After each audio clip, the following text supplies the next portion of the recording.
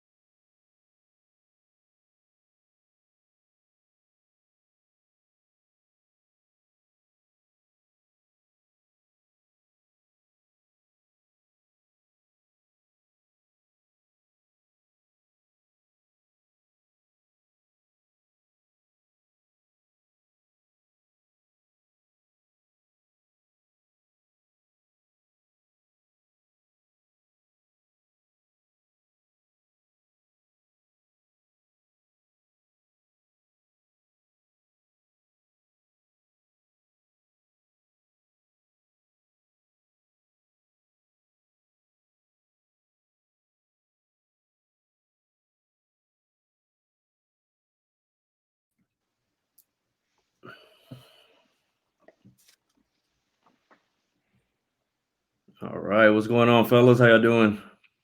Good man. How are you? Good. Everybody can hear each other? Yes, sir. We good? All right, let's see, man. Well, as people filter in, let me do the introduction. Thank you everybody for tuning in on the very first episode of Borderlands and Beyond, brought to you by Craft Cultura. It's a new web series that we have that we talk about a range of topics that affect our communities on the border and beyond with people that live on the border and beyond. My name is Misael Ramirez. I'm the creator and team builder here at Craft Cultura. And today, alongside my partner in crime, my buddy Chase, Craft Cultura team member, we're going to be interviewing a very special guest today, Dieter Cantu. And the topics we're going to be talking about is books, youth incarceration, and redemption. And it's no coincidence that this guest is connected to all three. Um, but before we get into introducing Dieter, just give you all a little background of Craft Cultura, who we are, for those of you that are new to our page. We're a Chicanx, Latinx-based organization here in the Rio Grande Valley and throughout South Texas. We're a community-based org. We're a collective of writers, creatives, educators, counselors, artists, health and wellness coaches, and much, much more. And what we do is we use our platform to create these spaces where our voices are valued, our stories are shared, and our narratives are told by us. We believe in centering the community in all the work that we do. We work from a social justice lens, and we truly believe in sharing knowledge with each other and working as a collective in order to build these new worlds that we want to see. So, without further ado, let me introduce this very special guest. I was introduced to him this summer in the midst of the pandemic, in the midst of the Black Lives Matter movement. Somebody that I recently learned about, and we can talk a whole hour just about this guy's work, his awards, his accolades. But Dieter Cantu is currently the program manager at the Harris County Youth Collective. He is the founder of Cantu's Books for Incarcerated Youth Project, which is expanded throughout the state of Texas. He has partnered with several universities to distribute books, create mentorship and pen pal programs to incarcerated youth. He founded the Position of Power Inc. in 2010, served as a liaison to the Texas Juvenile Justice Department and other nonprofit orgs across the country. Dieter has also served on former President Barack Obama's 21st Century Police Task Force, where he brought new ideas and integrated perspectives that led to improvements in San Antonio's police department. He won the NAACP Millennial Game Changer Award, and he's also a graduate of UTSA, the University of Texas San Antonio, where he earned a bachelor's degree in public administration, as well as a bachelor's degree in business from Wayne Baptist University. And that's just a few of the awards, accolades, and background of Dieter. Like I said, we can go on the whole hour just running down his stats. But just want to welcome you, man. Welcome, Dieter. Thanks for coming, man. Thank you. Thank y'all for having me, man. It's honored to be here, and I see what you all have going on. I'm just grateful for the opportunity. Yes, sir. Yeah, man. Well, let's jump right to it, man. Can you kind of take us through, like, who is Dieter Cantu? Share your story with some of the viewers that may not know who this is the first time meeting you. Yeah. So, who I am, I guess, I'm a policy writer. I'm I guess, an advocate or activist for criminal justice related issues in juvenile justice specifically. A lot of different things. I'm a social entrepreneur. I have a social enterprise where I advocate for, our liberation, in different aspects. And as far as my story about, Cantu's Books for Incarcerated Youth, I went to jail when I was a child. I'm from Chicago, Illinois. Coming from Chicago, the South Side, you know how that goes. My father passed away. My mother was sick with something called spinal meningitis. So she had it twice. And so, I bounced around foster care, different things of that nature. My first time, I think what makes me stand out is my first time ever being arrested. I received a 10-year sentence. So I went to jail for aggravated robbery, kind of wrong place, wrong time situation. I was with 3 of my friends. They were all 17 and older, which made them, adults by law. So they were arrested. They, bond, posted bail or whatever, and they got out and were able to fight their case from the outside. But me being under the age of 17, I didn't have that privilege. So they told me 25 to 40. I signed for 10 years. I did a plea bargain. And essentially, I did 4 years incarcerated and 6 years on parole. And from there, that's when I wanted to start making a change when I was released. So. Okay, man.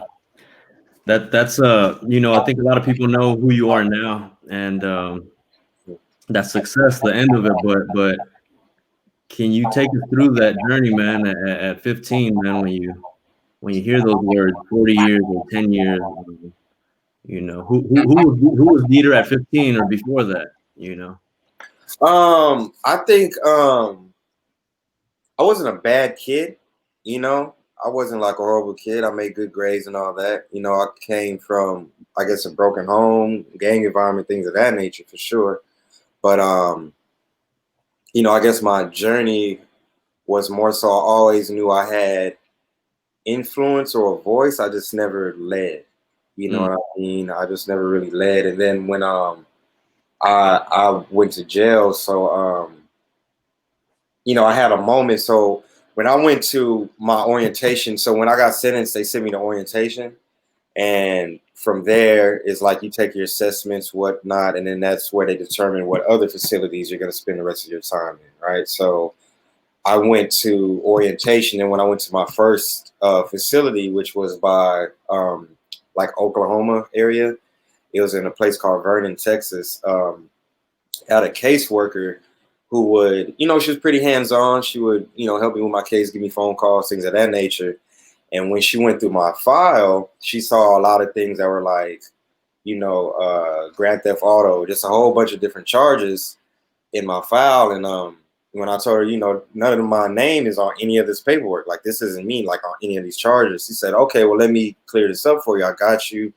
We'll send it to Austin, get it taken out, XYZ. She got it all taken out, found out that a lot of those charges were in my file prior to me going to court. So I said, I see, looks like I'm a repeat offender. I get it. That's why I got 10 years, because it didn't make sense for me to get 10 years my first offense. I didn't have a gun. The guy who got robbed didn't want to press charges. He didn't even identify me. Why am I getting 10 years? So when I brought that to her attention, she got it out. She pulled it out of my record. I wanted to go on bench warrant and get reclassified, and she said I couldn't because I signed the plea bargain. So if I would have took it to a jury, anything else, it probably would have worked out in my favor. I would have went back to court XYZ, but that plea bargain is like a legal contract. You know what I mean? So from there, you know, I acted out. I was upset. I was hurt. I was everything else, because essentially I got 10 years for a bunch of stuff that I didn't do, you know, that helped determine for me to get 10 years.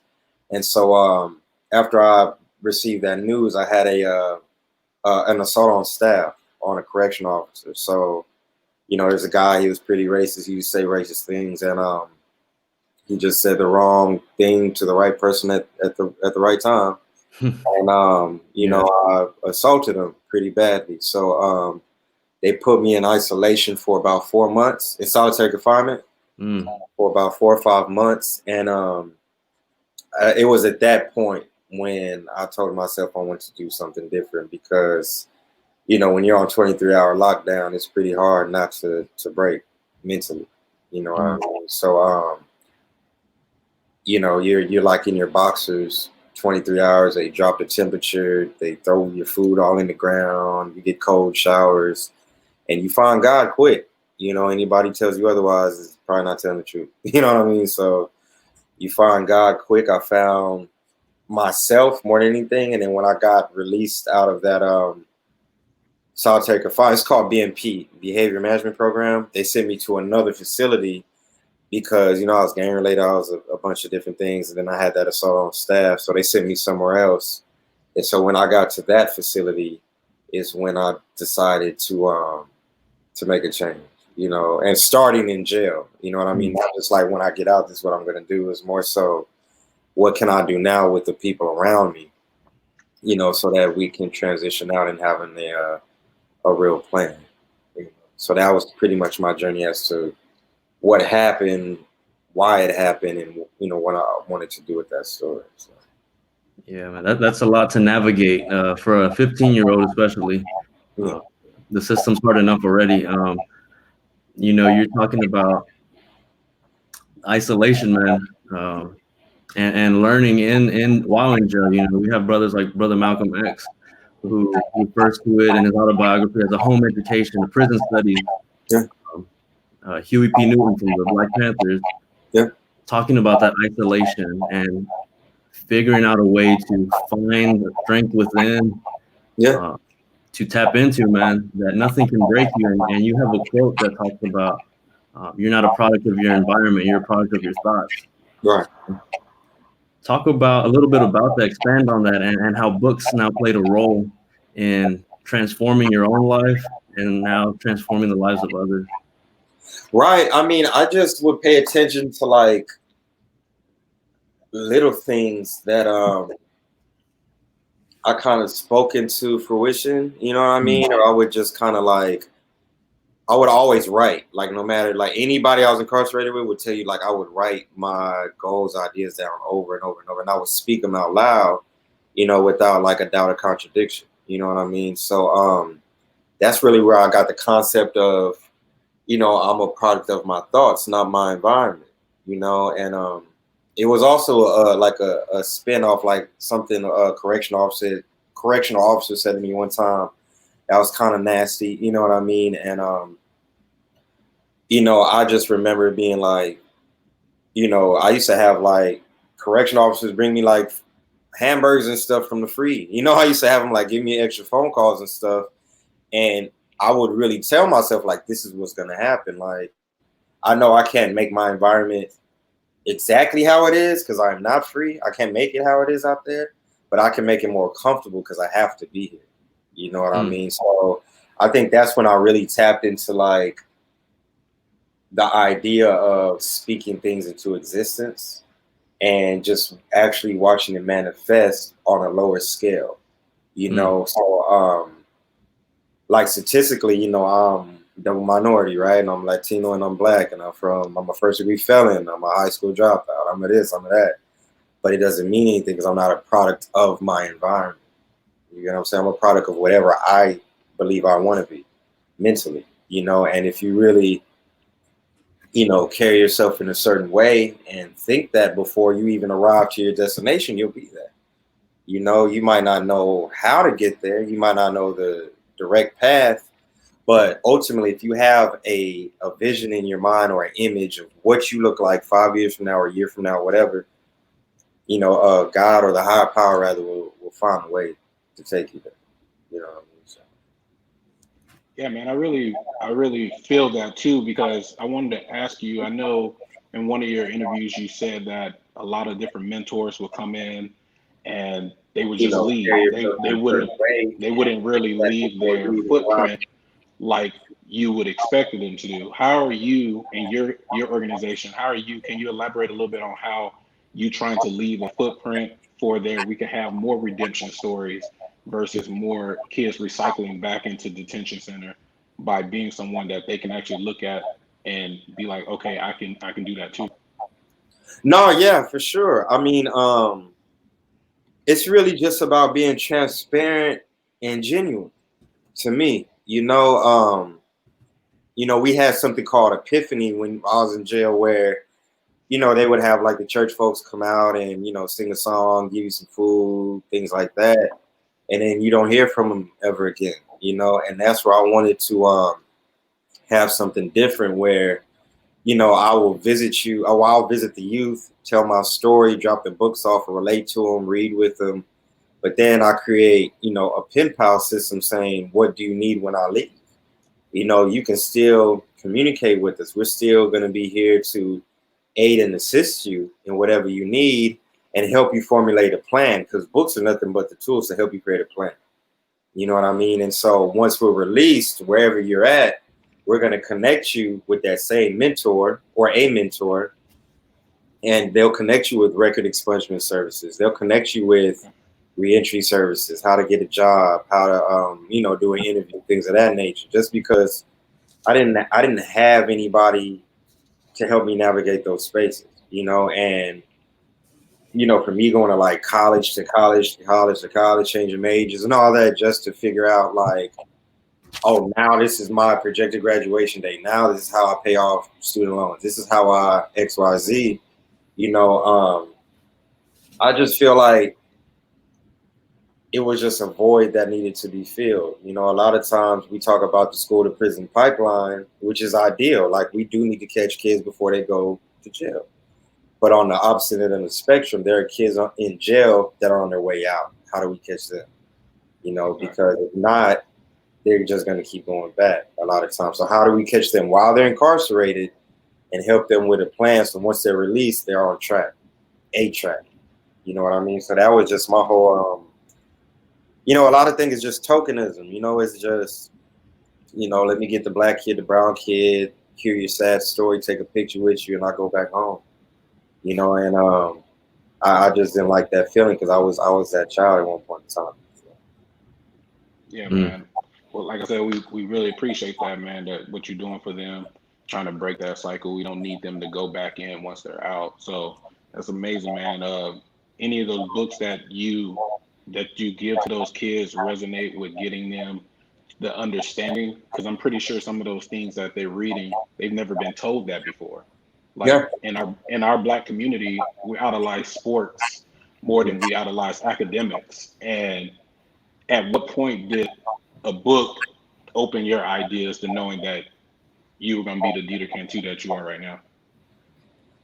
I think it was my brother, man, because I don't do any fiction books for that reason. Like my brother, he was incarcerated in Bowling Green, Missouri, and he would send me books that would really make me feel like I wasn't less than. You know what I mean? I would read whatever, Soul on Ice. I would read the Quran. I would read, different books that were just like, oh, I'm not, insignificant, or I'm not lesser than, or I'm not, whatever else. And that's what I try to instill now because, like you said, even aside from our people looking up to entertainers or athletes or looking and saying, I got to do sports, a lot of times we look at, I'll just be transparent with you, Caucasian people, and say, I'm supposed to be like that, and that creates a false sense of,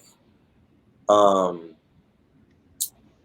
can I guess legitimacy, you know what I mean? Where, I could open up a comic book and somebody that's saving the world and doing everything and has superpowers doesn't look like me. You know what I mean? I could open up a textbook in school and say, man, this person's doing great things and discovered America and did this and did that, and he doesn't look like me. You know what I mean? Or I can open up a Bible or a religious picture, you know what I mean? And that religious figure doesn't look like me. You know what I mean? So how can I feel empowered if, I could never be that? You feel what I'm trying to say? If I can never be these things because I don't look like that, my hair isn't like that, my eye color isn't like that, my whatever, I talk a different way or I dress a different way. That out the gate makes somebody that's black or brown be like, how can I be successful? All the successful people are out my range. You feel what I'm saying? So I think books that I read that were very strong on like African American literature and Chicano studies and things of that nature, it really just boosted me up to say, don't hang your head. It's just your current situation. There are people out there doing the same thing you're doing. They're doing the things you want to do, and they're successful at it. You know what I mean? So. Yeah, man, Dieter, well said, man. And we live in the Rio Grande Valley. We're based in the Rio Grande Valley, South Texas. I know you have some roots in Alice, Texas. You had mentioned earlier. And yeah, man, it wasn't until I stumbled across Mexican American studies at around the age of 22 that I didn't know that we were writers. Right. I never seen myself reflected in the curriculum. Right. In public schools in South Texas. And I think that's a pattern across the country in many places. So can you talk about, we come from a legacy of writers, as you mentioned, Soul on Ice by Eldridge Cleaver, the Toni Morrison, Audre Lorde, Lorian Zalua. So we have plenty of them. Why is it important for your project to incorporate, like you said, not necessarily these books on fantasy, not knocking them, right, more culturally relevant books? I saw on your mission that's what you're looking for. How can maybe we that are here on the border, what can we do to engage the youth here, especially in the social media era? right. Some advice that you might give to an up and coming organization like ourselves to engage, that youth that may not even be in school. Right. I mean, honestly, I would say two things. One would be, just a real organic, genuine relationship. My old head taught me with our teachings, I am what I am, and what I'm not, I'll never be. You know what I mean? So I don't walk into, any kind of space with youth trying to like buy their attention. You know what I mean? I don't try to buy their loyalty or any of that. You know what I mean? I see a lot of times people be like, okay, we need 1,000 pizzas and we got to give them a bunch of, you know what I mean? If you connect, you connect. That's not really, going to help you, because they're going to come for that and not for you, not for the message. You know what I mean? They're going to come for that tangible hook that you're trying to have, that service. So really just be hands-on and being transparent. Like, look, this is not just my story, but this is the reality. You have when I speak, it's like you have a SID number, you have a record. You know what I mean? You have something else called pigment in your skin. You know what I mean? So there's just different things that can be stacked against you if you let certain systems use that against you. You know what I mean? They could be at a disadvantage, but for them to really be encouraged and to say, man, nothing is impossible. Nothing is impossible. Because I don't want to be looked at as the exception, but the standard.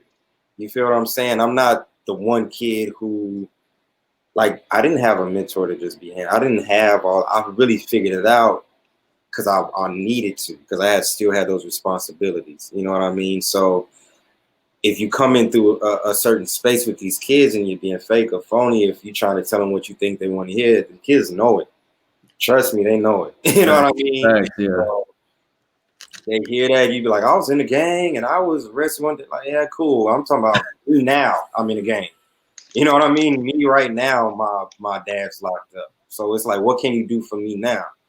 And I'll just really say, be transparent and don't make any empty promises, man.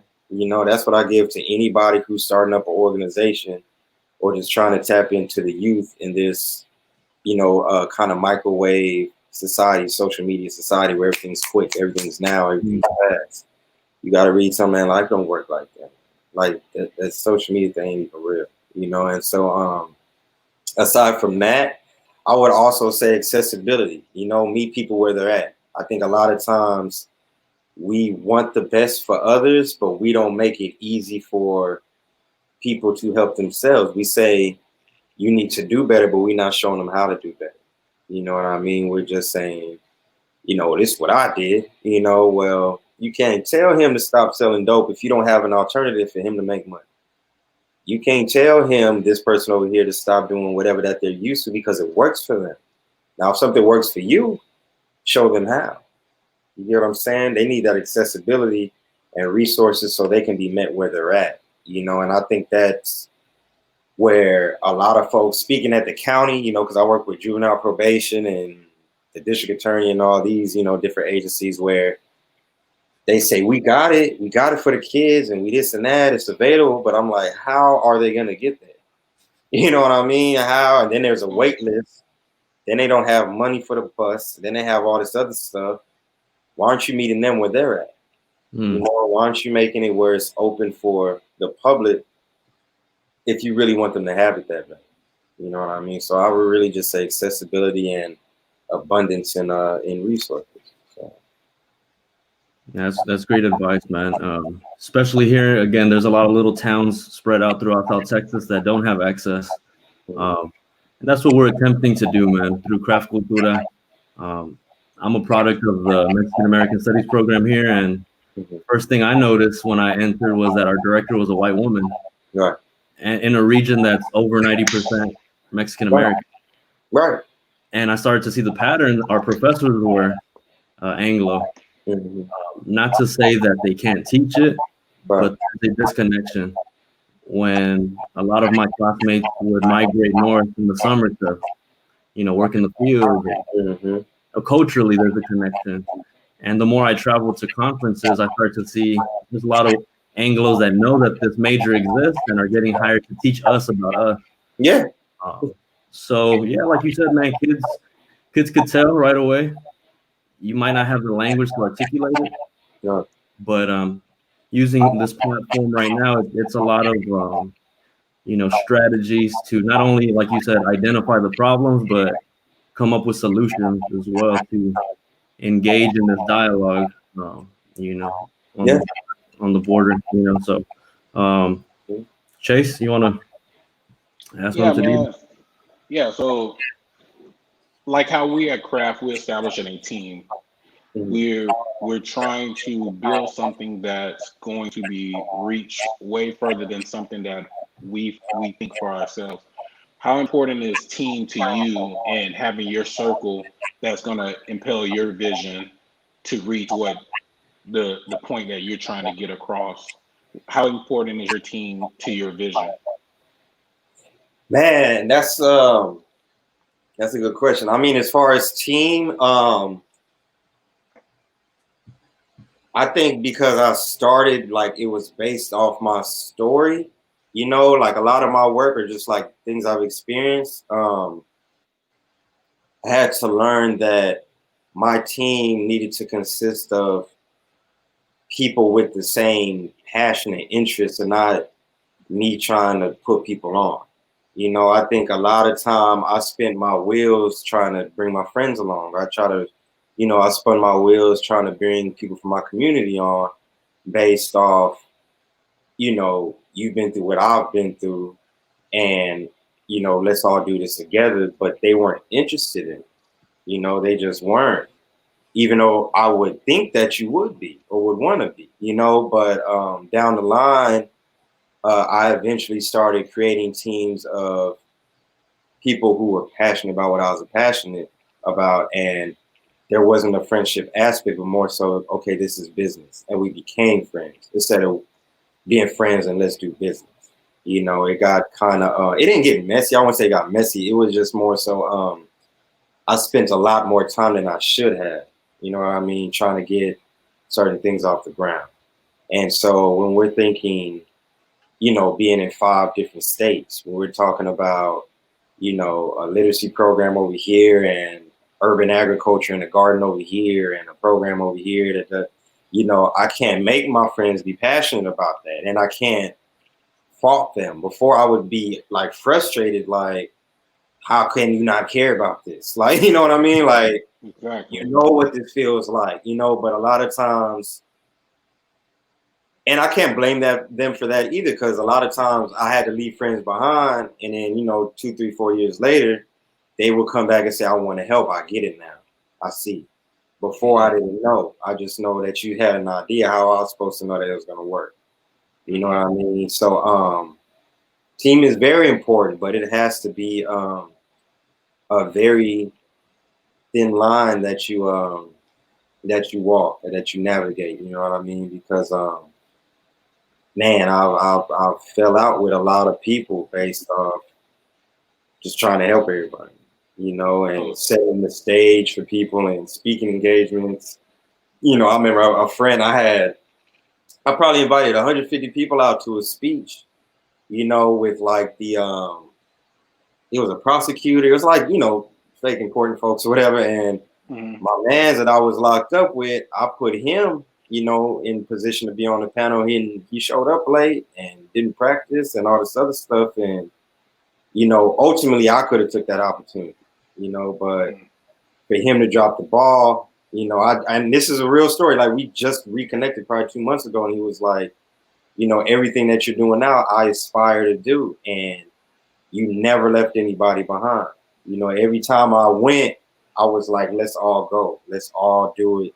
Hmm. Some fell wayside, some stayed with it. But I never wanted to be, I never just want to like leave nobody behind. And yeah, team is very important. And people will get it eventually if they don't get it now. Just stay true to you, you know? Yeah, yeah, man. I appreciate that answer, man, because it kind of shows a lot in what you're doing. Doing some research on you, I saw that you got a community garden. So, how big is community to you? Um, what is it you trying to gain with that community garden? Are you Can you tell us a little bit, run us through a little bit about that? Yeah, for sure. So it's just part of my social enterprise where, I believe that a lot of things just like if I'm uneasy with it, I'm gonna do what I can where I'm at to do something about it. You know what I mean? So I have an Hmm. alkaline water company because the earth is majority water. Why are we paying for water? You know what I mean? I don't believe we should. I think you know, food should be in abundance. You know, it takes 99 cents to like plant onions and corn, and it literally takes 99 cents worth of seeds. You know what I mean? Wow. So it's the same thing. It's like, why are there people starving when God literally has water, sun, and dirt? You can live for the rest of your life. You know what I mean? Like he Yeah, of literally course. put this on earth. You know what I mean? So when I purchased land, I purchased an acre of land. Um, have my cash crops for sure, which are you know, grapes for wine. I have my hemp license to grow you know, hemp, which is essentially Hmm. marijuana, and tobacco. So those are my cash crops, you know, just to keep revenue generating. And then what I'm giving out for free are the herbs, the flowers, the fruits, the vegetables, things of that nature. So we're gonna do something we haven't started yet because we're, you know, we're still growing. But the idea is to have like farmers markets on the block, because we know by design there are no Whole Foods in the hood, there are no Central Markets in the hood. That's very You true. know what I mean? So we know by design there are 99-cent hamburgers and processed whatever in the hood, you know, because that's cheap and it's accessible. So we're growing our food to go to all of these different communities, the fifth ward, the third ward, the whatever, and we're gonna give it out. You know, we're gonna give it all out, man, and really have an opportunity for youth as well. You know, if you're growing something on my land to sell your product. You know, that's where the farmers market aspect comes in, you know. So we have a hemp license if you do hemp soap, if you do a vegan cookbook, if you do whatever else. You know, these kids who have been through the juvenile justice system, you know, they can come out there, be hands on, learn a new trade, and then go to this farmer market we're gonna set up and sell the product at whatever price. You know, but as far as the fruits and vegetables and all that, we're giving that out 100% free. We give out water for free. We do all that for free. Literacy, we give out books, you know, build libraries inside of jails for free. We do all that for free. Man, Yeah, that's man. amazing. I think that's important, man. Connecting all these different avenues and revenues. The books is connected to the garden. You know, the garden is connected to the you know, to the different sources of wealth that you bring, wealth and health to the community. Right. Um, you know, but go, you know, kind of transitioning into the school to prison pipeline and that youth incarceration. You Mm-hmm. know, we heard about this summer, man. With the whole pandemic going on, a lot of students are virtually learning right now, Mm-hmm. and there's a lot of anxiety going on about going back to school or learning online. Um, but you know, over 40,000 students or youth are incarcerated at the moment. You Right. know, in the United States. And this summer, we heard a story of a girl in Michigan who was on probation and was sentenced to a month in a juvenile detention center for not completing her homework. Right. Um, so I guess my question is, that's one example, but what are your thoughts on how we as a society discipline our children in the education system, specifically Black and brown children or youth?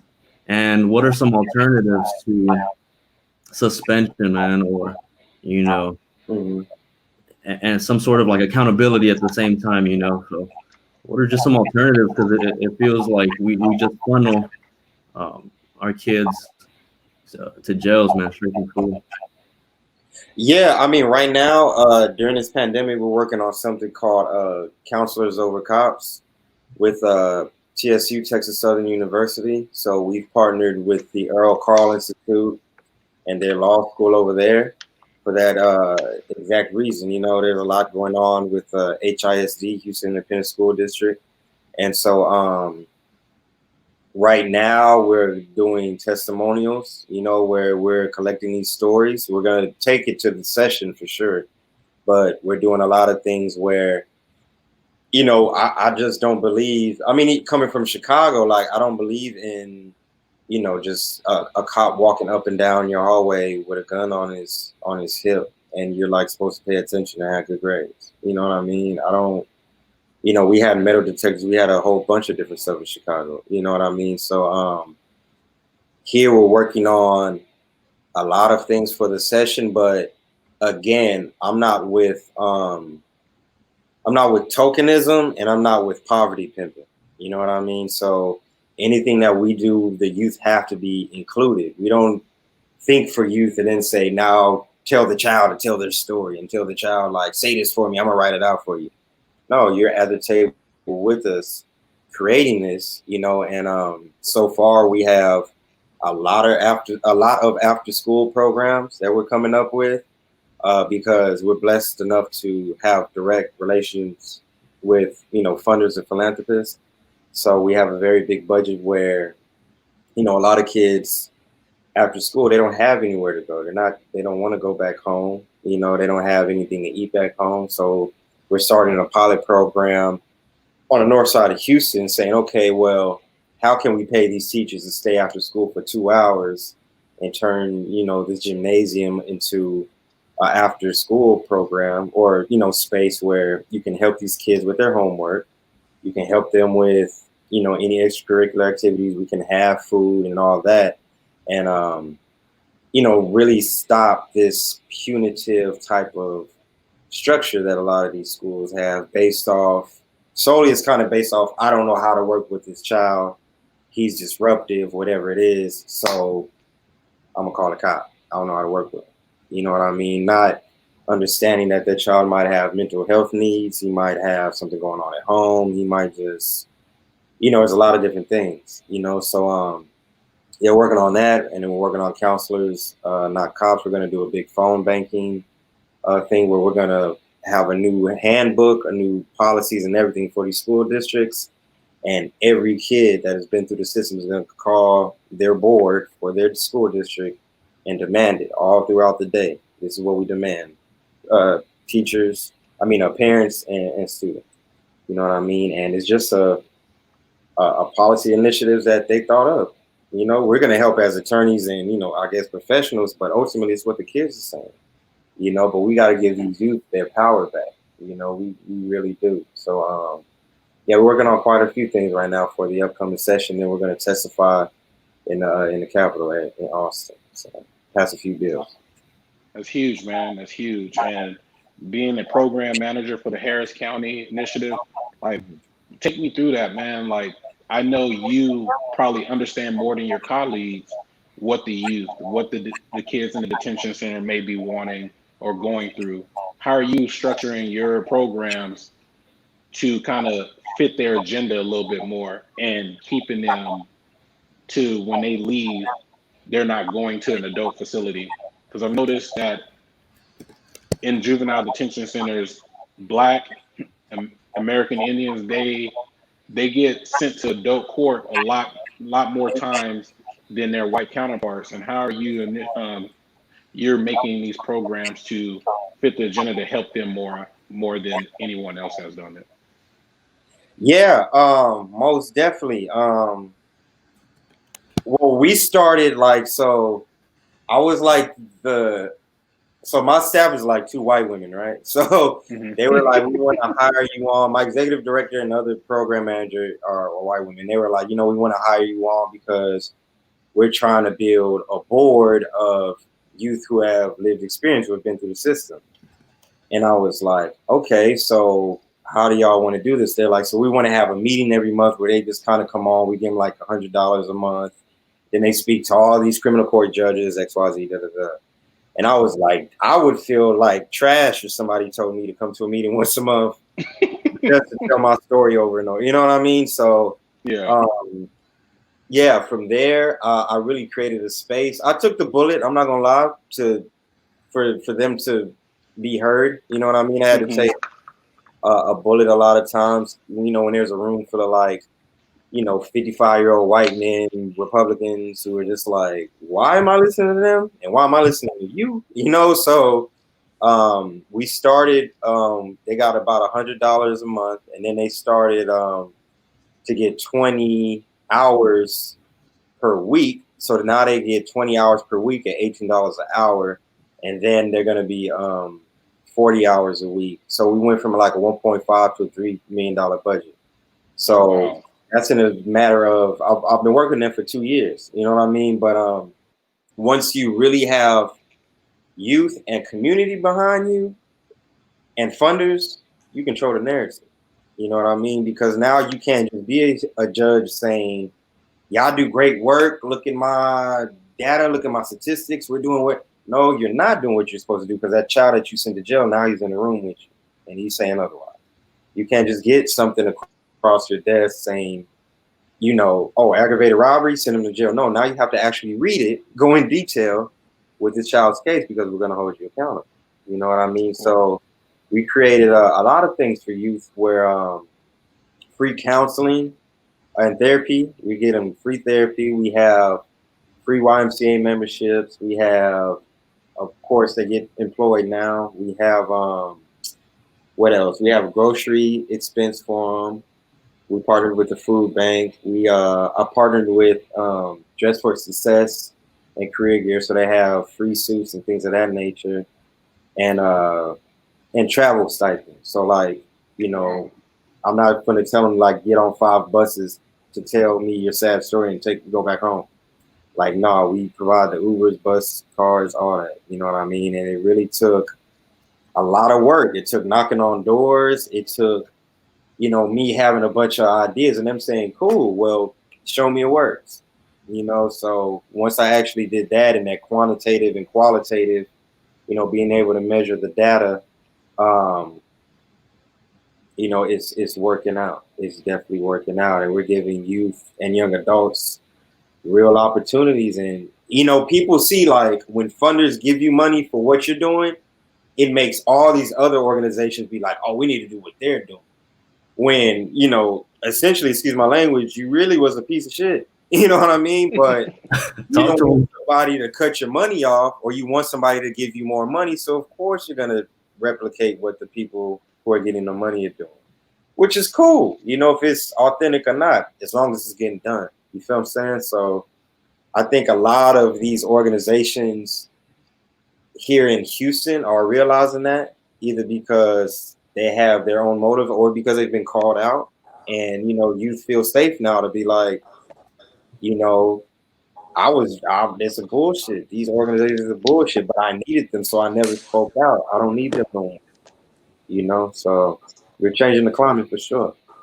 Yeah, man. Amazing, And you know, I think you're definitely leaving a blueprint for up and coming orgs as well. And 2020 has been a year that, you know, these conversations are maybe from 2010 to 2020, the work that you did was more behind the scenes, and now these conversations are part of that national conversation that it even reached us here on the border.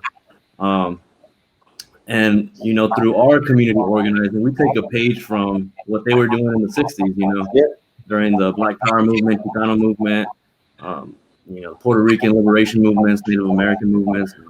And it's just about what we've learned is kind of just taking from what they created. You know, they left us a skeleton and editing a couple things, making it 2020. But kind of attacking if you want to say, the systems of oppression with different angles, with the garden, with mental health events, with books. You know, we recently created a book club as well over here, and it's called BYOB, Bring Your Own Book.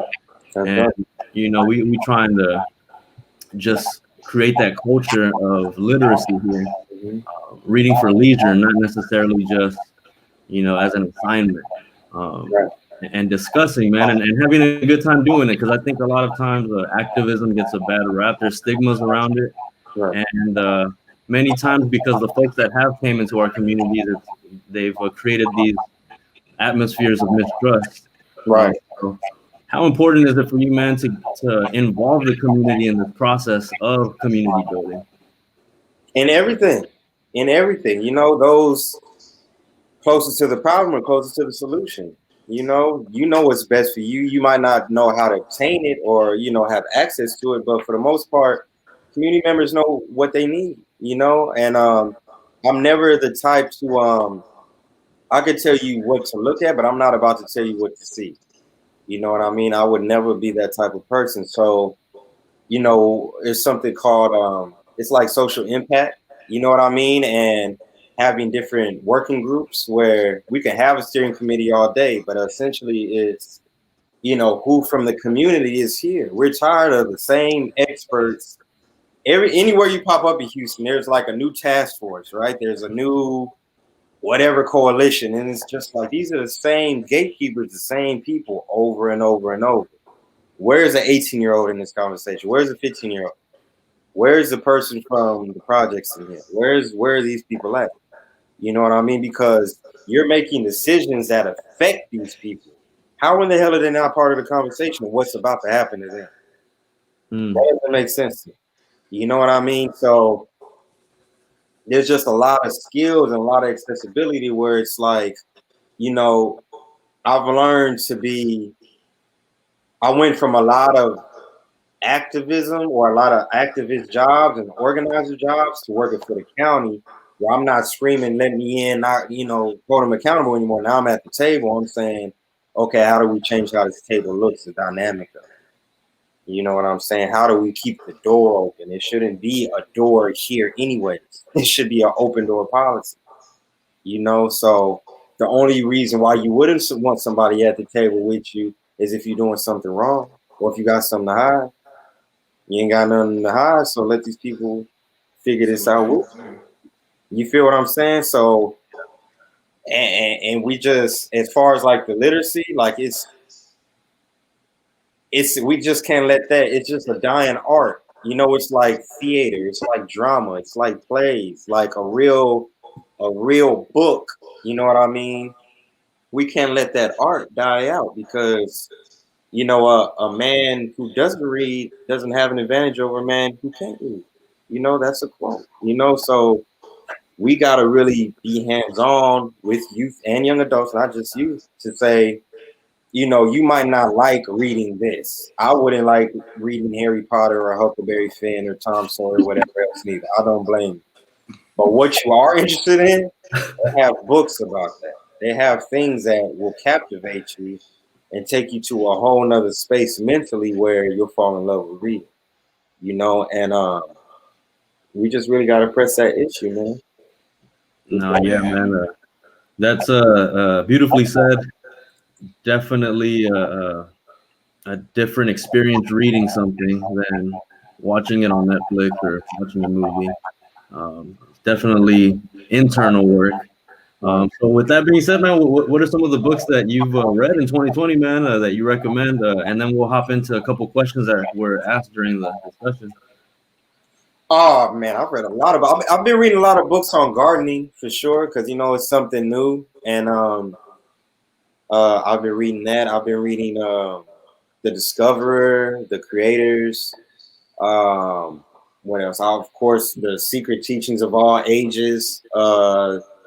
I'm reading this, so I really like to read about. I don't want to say like. It's not really religion, but like masonry, that type of genre, like the unknown treasures of the world type stuff. I like reading that type of thing, like Manly P. Hall, just because I'm curious about the world, But those are some books that I've been reading currently, aside from like grant reports and everything else, just reading that type of stuff. So. Hey man, well, we're looking forward to your book coming out. I know you're not even halfway, in the book of your own life, man. There's many more chapters. You're just getting started, bro. But let's before we go to the questions, let's do this raffle real quick. Okay. All right, let me share the screen. All right, can you guys see that? Yes, sir. All right, let's get to it.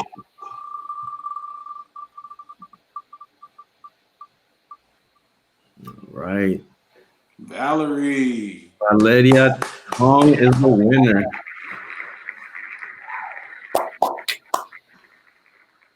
Shout out. All right, Valeria. And she works actually at a nonprofit called the South Texas Literacy Coalition. And so it's kind of fitting that she's going to get this book, Autobiography by Malcolm X. Oh, wow. As well as a Cultura T. So just feel free, Valeria. Just, we'll send you a message and we'll deliver that to you. A little curbside delivery, but A couple of the questions, man, that came in. If you don't mind answering a few, briefly answering Yeah, some. sure. Yeah, this is from Samantha Guerra, and she asked, "What would be your number one recommendation for a teen today? A book? Is there a specific author or authors that you have discovered as an adult that you wish you would have been introduced to as a teen?" A number one recommended reading for a teen, huh? I would say the discoverers or the creators really helped me out. The ones that I mentioned earlier, I forgot his name is Daniel. I forgot his last name, but he made like a series of these books, and so those are real good. I mean, for anybody, not just teens. A book that discovered as an adult, my man, Daniel Borstein. This right here, this is one of them. Okay, the discoverers. Okay. A Daniel history of man's search to know his world and himself. Okay. All right, so that's a good one. And the other part was, is there a specific author that I would have known or introduced that? Well, there's a book. It's not really an author, but the individual's name is Louis Farrakhan, and there's a book called Message to the Black Man. And so if I would have read that then, man, I would have been very sharp, because it's just everything from respecting women to your health and nutrition to knowledge of self. There's a lot in that book, and yeah, I wish I would. At the time I was reading like Stephen King and I was Dean Koontz and all those type of books. But yeah, I think that was a book. If I had that at the time, I would have been a very different person. So. All right, cool, man. We got a couple comments. Thank you for everything you do. Awesome job. Um, Another question is, what's one book you'd suggest to someone incarcerated right now, and why do you think it's important for them to read it? While incarcerated, man, it's crazy. It may see. Well, I'm gonna say one. I'm gonna say Soul on Ice for sure, because it's kind of like the autobiography of Malcolm X. Soul on Ice, Soul on Fire were both written by Eldridge Cleaver, and it's just kind of his experiences and his emotions and his transgressions while he was incarcerated. But believe it or not, I read the dictionary while I was incarcerated. The dictionary. Dictionary back and forth, man. From front to back. You know what I mean? I read the Bible, of course, 100 times. A lot of the things didn't really resonate because I felt like it felt very masculine, and it felt like somebody told the story from a male's point of view, and that's not to discredit the Bible or anybody's religion. You know what I mean? But it just felt like what I was looking for hope in, which was a higher power. I just felt like what I read, I was looking more for hope. You know what I mean? And what I was reading was somebody who was going to punish me and scrutinize me and make me feel bad for mistakes, yet the same higher power loved me. You know what I mean? It was just confusing to me at a very young age. You know what I mean? But I would say, that dictionary is really when I wanted to do better, and I didn't, before communicating with my brother through the mail, I didn't know what to read. Well, I didn't have anything accessible to me, that I could read in order to improve, and like I make jokes about Harry Potter and Huckleberry Finn and all that, but that's what we had, and I was never interested in that. So when I picked up the dictionary, I was like, okay, well, how can I at least improve my vocabulary? How can I start getting curious about things before, my brother would send me like a sign language book, and I taught myself sign language. They would send me a book, Message to the Black or whatever, and I would start, okay, I get it now. But, a lot of times I would even just read things or read law, and I would say, what does this mean? Let me look it up. Let me tap in with this dictionary. Let me look at what, my case or anybody's case. Like, let me look at what's going on. And that dictionary became my best friend for a little bit. So, but if to answer that question, a book for somebody that's currently incarcerated, I would say Soul on Ice, Soul on Fire, and the dictionary. Not gonna lie, the dictionary. Hey, Malcolm talks about reading the dictionary, Yeah, yeah, and that was like it's going back to the fundamentals, yeah. Hey, So, Dieter, man, I just want to add real fast that we really appreciate you, man, from the start of this conversation to the end. For the people that's tuning in, they would never know what you've been through. You've been doing a lot. You got your own day in San Antonio, and I've never seen San Antonio to give anyone their day. And that's February 13th. So for any of you guys that don't know that, man, I just want to say my hats off to you, man, and keep doing strong work. Be looking forward to seeing what you do in the future, man, and all your endeavors, man. And thank you again. Love and respect. Anytime you need me, I'm here. yeah, Dieter, yeah, man, we just want to thank you, bro. I think this conversation went by really quick. We could go on for hours, man, and hopefully it's the first of many that connects our audience with your audience as well. Like I said, you have a home here on the border, man. Anytime you want to come down here, when things start to reopen, maybe 2021, we're already thinking and planning ahead. Yeah, Uh, we'd love to bring you down, man, or just continue the work that we're doing. We just want to thank everybody across the country that is doing the work as well, to build new worlds and to challenge and resist in these productive ways. Our guest today is one of many that are doing the behind the scenes work that isn't always recognized. And we just wanted to use this hour to give platform to a brother that we admire, that we're inspired by, and that we hope that it inspired you as well today for those that are viewing. So thanks, man. We really appreciate you, man. And just stay connected. Thank you, man. yeah. No, most definitely. Anything you need, anybody, you can leave my contact info with all the the viewers, and I'm here. I'm just ready to work, and I appreciate y'all for having me. I really do. All right, Thanks. brother. Well, stay blessed, stay safe, and everybody, thank y'all for tuning in again. Peace out. All right.